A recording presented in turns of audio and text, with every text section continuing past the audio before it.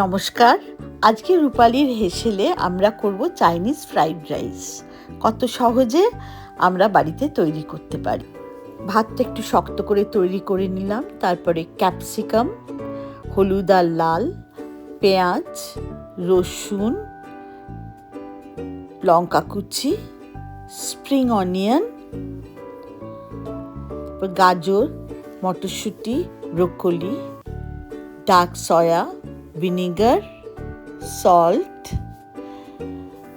Black pepper, chilli flakes.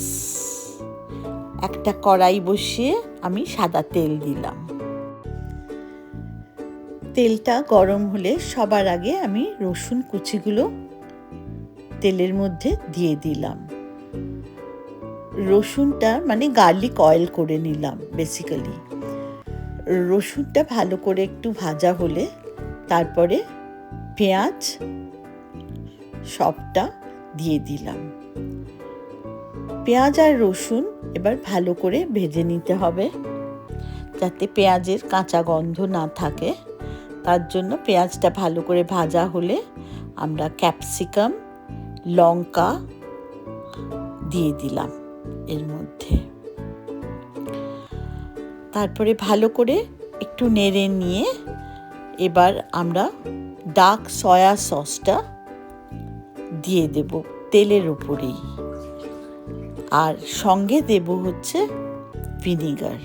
তাহলে গন্ধটা খুব ভালো উঠবে আর রঙটাও ভালো দেখা যাবে।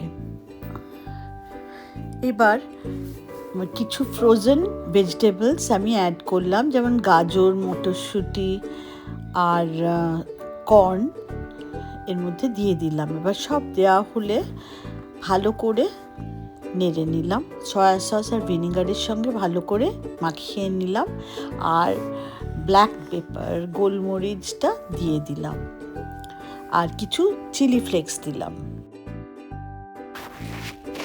এবার অল্প অল্প করে ভাত মেশাতে থাকলাম। আর যদি আমি এটা ভেজ করছি, যদি চিকেন বা ডিম দিতে চান তাহলে ভুজি আগে করে নিয়ে এই সময় ভুজি মিশিয়ে দেওয়া যায়, আর চিকেন ছোট ছোট করে কেটে সেটাও মেশানো যায়। এবার আমি দিলাম স্প্রিং অনিয়ন। এটা শেষের দিকে দিলে গন্ধটা ভালো থাকে। আর এরকমভাবে ভালোভাবে মিশাতে থাকতে হবে, আর অল্প অল্প করে ভাতও দিতে থাকতে হবে।